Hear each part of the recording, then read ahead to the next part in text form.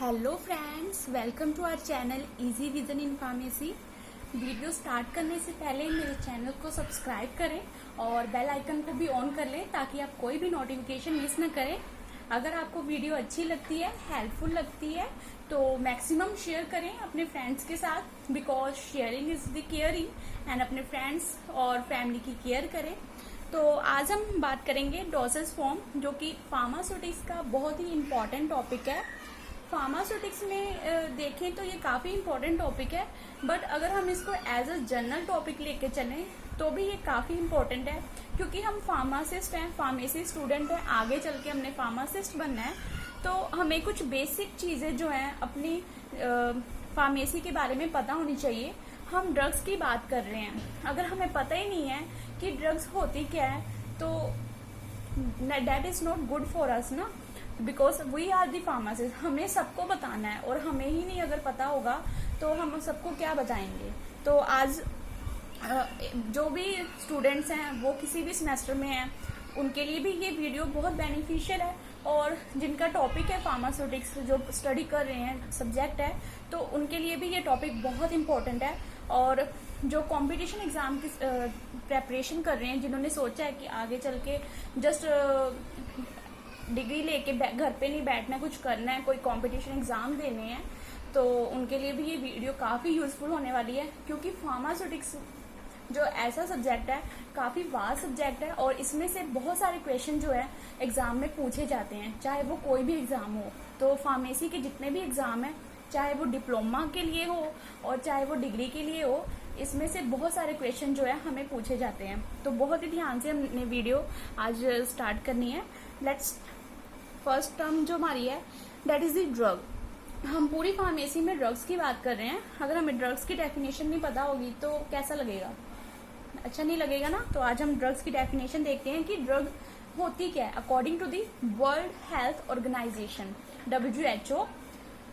A drug may be defined as an agent intended for use in the diagnosis, mitigation, treatment or cure or prevention of disease in man or in other animals. Fine. Drugs क्या होती है? Drug ऐसा agent है जिसको हम use करते हैं diagnose करने के लिए, मीन्स कोई डिजीज हमें हुई है या नहीं हुई है उसको डायग्नोज करने के लिए, मिटिगेशन के लिए, फर्दर उसकी ट्रीटमेंट के लिए, या डिजीज होने वाली है, हमें लगता है कि शायद कोई डिजीज होगी तो उसकी क्योर के लिए, या उसकी प्रिवेंशन के लिए, और अगर हो गई है तो उसकी क्योर के लिए, इन मैन और इन अदर एनिमल्स। ये मैन में भी यूज हो रही है और अदर कोई एनिमल जो है उसको, उसमें भी हम इसको यूज करें। मतलब ड्रग क्या है? ड्रग कोई भी ऐसा एजेंट है जिसको हम डिजीज के डायग्नोज से लेके ट्रीटमेंट तक यूज कर रहे हैं, that is the drug. Fine. Next हमारी जो टर्म है that is the dosage form. जो ड्रग है इसको हम एज इट इज तो नहीं लेते ना, कि हमने जैसे पैरासीटामोल है तो हम जाके पैरासीटामोल नहीं लेते, क्योंकि हम बोल देते हैं हमें पैरासीटामोल चाहिए, PCM चाहिए, बट क्या पैरासीटामोल में सिर्फ पैरासीटामोल ही होती है? उसमें कोई और इंग्रेडिएंट्स नहीं होते? ऐसा नहीं है, उसमें बहुत सारे इंग्रेडिएंट्स होते हैं। एक ड्रग जब हम लेते हैं, ड्रग क्या है? एक रॉ मटेरियल की तरह हम उसको लेके चल सकते हैं कि ड्रग हमें पता है इसका ये एक्टिव फार्मास्यूटिकल इंग्रेडिएंट है, इसका एक्टिव फार्मास्यूटिकल इंग्रेडिएंट हमें पता है किसी भी ड्रग का। अब उसको हम एज इट इज बॉडी में इंसर्ट नहीं करते। क्यों? क्योंकि वो एज अ टॉक्सिक एक्ट कर सकती है, वो बहुत पोटेंट होती है, एंड जो उसकी जो क्वांटिटी है वो भी हम जो है एक्यूरेट मेजर नहीं कर सकते। तो बहुत सारे फैक्टर्स आ जाते हैं, और उसकी बायोबिलिटी इंक्रीज करने के लिए, उसका थेरेपेटिक इफेक्ट इंक्रीज करने के लिए बहुत सारे फैक्टर्स होते हैं। उसको ध्यान में रखते हुए हम क्या करते हैं, ड्रग को एज इट इज बॉडी में इंसर्ट नहीं करते कभी भी, कोई भी ड्रग। उसको हम पहले प्रॉपर डोसेज फॉर्म में कन्वर्ट करते हैं। डोसेज फॉर्म क्या होती है? अब drugs are rarely administered in their original pure state. जिस फॉर्म में हमें ड्रग मिली है उस फॉर्म में हम ड्रग को कभी भी एडमिनिस्टर नहीं करते बॉडी में, Every dosage form is the combination of the drug and different kinds of non-drugs components called additives. अब dosage form क्या होती है? Dosage form basically drug और जो additives होते हैं इनका combinations होती हैं. ड्रग जो है हमारी प्योर फॉर्म होगी जिसका कोई एक्टिव फार्मास्यूटिकल इंग्रेडिएंट है जिससे हमें थेराप्यूटिक इफेक्ट आ रहा है. फाइन. और उस थेराप्यूटिक इफेक्ट के लिए हम वो ड्रग जो है बॉडी में इंसर्ट कर रहे हैं या एडमिनिस्टर कर रहे हैं. फाइन. लेकिन उसको हम एज इट इज नहीं कर रहे, डोसेस फॉर्म में कर रहे हैं. तो उसके लिए हमने उसमें एडिटिव्स ऐड किए हुए हैं. अब एडिटिव्स क्या होते हैं इसको देख लेते हैं. तो एडिटिव्स क्या होते हैं? The additives are used to give a particular shape to the formulation, to increase its stability and to also increase its palatability as well as to give more elegance to the preparation. Fine. कि additives हम क्यों add कर रहे हैं? Additives हम add कर रहे हैं जो भी हमारी डोसेज फॉर्म है उसको एक पर्टिकुलर हमने शेप देनी है. फॉर्मुलेशन जो हमारी है, अब आप देख सकते हो कि सारी फॉर्मुलेशन सेम नहीं होती. कोई किसी की शेप राउंड होती है, कोई सिलेंड्रिकल होती है, कोई कैप्सूल फॉर्म में हम किसी को देते हैं, अलग अलग शेप्स में देते हैं, अलग अलग फॉर्म्स में देते हैं. तो ये अकॉर्डिंग टू ड्रग और एडिटिव्स से हम डिसाइड करते हैं. उसके नेचर देख लेते हैं कि उसका नेचर कैसा है, उसको कितनी की प्रोटेक्शन चाहिए. हम देखते हैं उसकी कवरिंग हमने करनी है या नहीं करनी. अगर उसको मॉइस्चर से वो डिग्रेड हो रही है तो हम उसकी कोटिंग कर देते हैं. फिल्म कोटिंग बेसिकली जो है मॉइस्चर से प्रोटेक्ट करने के लिए ही हम यूज करते हैं. ऐसे डिफरेंट कोटिंग्स हम करते हैं. ये हम टैबलेट्स में पढ़ेंगे. तो प्रॉपर उसको शेप देने के लिए हम एडिटिव्स ऐड कर रहे हैं. उसकी स्टेबिलिटी को इंक्रीज करने के लिए हम एडिटिव्स ऐड कर रहे हैं. इसमें वही फिल्म कोटेड या फिर एंटेरिक कोटेड, कोई भी जो कोटिंग कर रहे हैं वो स्टेबिलिटी के लिए ही करते हैं हम basically. And also increase its palatability. Palatability means उसका जो टेस्ट है. कोई भी ड्रग जो है वो अच्छी तो नहीं होती होगी बट फिर भी हम उसको ले लेते हैं. बट कुछ ऐसी ड्रग्स होती हैं जो बहुत ज़्यादा टेस्ट में बहुत ज़्यादा बुरी होती हैं, जिसको हम एज अ चिल्ड्रन को नहीं दे सकते और जो हमारे ओल्ड एज हैं उनको नहीं दे सकते. तो उसकी जो ड्रग की टेस्ट होती है उसको ठीक करने के लिए भी हम एडिटिव्स ऐड करते हैं. कोई चॉकलेट फ्लेवर की ड्रग्स आती हैं, जो भी हमारे विटामिन वगैरह होते हैं उसमें तो बहुत ज़्यादा ज़रूरत होती है उसके टेस्ट को ठीक करने की, क्योंकि उसका टेस्ट बहुत गंदा होता है. तो ये बेसिकली चॉकलेट की जो है टेस्ट उसमें डालते हैं ताकि वो जो भी पेशेंट है वो आराम से उसको ले ले. As well as to give more elegance to the preparation. और जो प्रेपरेशन है वो देखने में काफ़ी अच्छी लगनी चाहिए, एलिगेंस लगनी चाहिए, ताकि जो भी पेशेंट है अट्रैक्ट तो वो हो नहीं सकता है मेडिसिन की तरफ से, बट एटलीस्ट उसको देख के वो उसको एटलीस्ट नॉर्मल फीलिंग तो आ ही जाए ना. ऐसा ना हो कि वो देखते ही बोले छी कितनी गंदी मेडिसिन है, इसको तो मैंने खाना ही नहीं है. तो एलिगेंस मीन्स एटलीस्ट देखने में वो काफ़ी अच्छी और अट्रैक्टिव सी लगनी चाहिए. फाइन. जैसा कि हमें पता ही हम ड्रग्स को एज इट इज़ नहीं लेते, उसको हम पहले उसकी डोसेस फॉर्म प्रिपेयर करते हैं, देन एडमिनिस्टर करते हैं बॉडी में. तो हम देख लेते हैं कि इम्पोर्टेंस ऑफ डोसेस फॉर्म, कि हमने ड्रग को एज इट इज़ क्यों नहीं दिया, उसको डोसेस फॉर्म में क्यों दिया. वैसे तो आई थिंक अब आपको पता चल ही गया होगा क्योंकि मैंने काफ़ी सारे पॉइंट्स आपको स्टार्टिंग में ही बता दिए हैं, बट हम इनको भी देख लेते हैं. To protect the drug substances from oxidation, hydrolysis and reduction. Fine. ये तो बेसिकली प्रोटेक्टिव एजेंट के लिए हो गया कि जो हमारी ड्रग है वो डिग्रेड ना हो, ऑक्सीडेशन ना हो, उसकी हाइड्रोलाइसिस ना हो, रिडक्शन ना हो. ये रिएक्शंस हैं जो ड्रग्स के साथ हो जाती है एटमॉस्फेयर में और जिसकी वजह से जो हमारी ड्रग है वो डिग्रेड हो जाती है. ड्रग को डिग्रेड होने से बचाने के लिए हम क्या करते हैं, उसकी डोसेस फॉर्म बनाते हैं, उसकी कन्वर्जन कर देते हैं, प्रॉपर डोसेस फॉर्म बनाते हैं, देन हम उसको यूज करते हैं. क्योंकि ड्रग बनाते हैं उसके बाद काफी सारे उसके टेस्ट करते हैं, फिर वो मार्केट में आती है, देन वो जो भी हमारा डॉक्टर होगा वो प्रिस्क्राइब करेगा, देन पेशेंट उसको लेगा. तो काफी सारा टाइम जो है कंज्यूम होता है. तो उतनी देर में तुम्हारी ड्रग जो है खराब हो जाएगी, जो भी मॉइस्चर से खराब हो जाती है ड्रग। तो उसके लिए हम उसकी कोटिंग कर देते हैं। ये देखो एग्जांपल भी मैंने दी हुई है, कोटेड टैबलेट्स, हम इसकी कोटिंग कर देते हैं। सील्ड एम्प्यूल्स, जो एम्प्यूल्स होते हैं वो बेसिकली सील्ड होते हैं, तो वो भी उसको प्रोटेक्ट ही कर रहे हैं। फाइन, तो नेक्स्ट पॉइंट देख लेते हैं।